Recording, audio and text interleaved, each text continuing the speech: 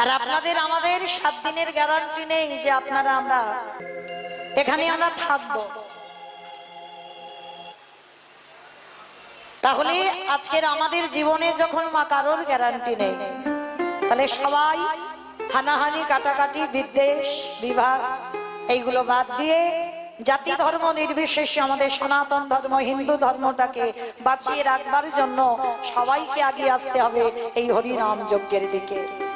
আর হরিনামের যজ্ঞের দিকে যদি আমরা হিন্দু সমাজ এগিয়ে না আসি, আমাদের এই সনাতন ধর্মটা যে লুপ্ত হয়ে যাবে।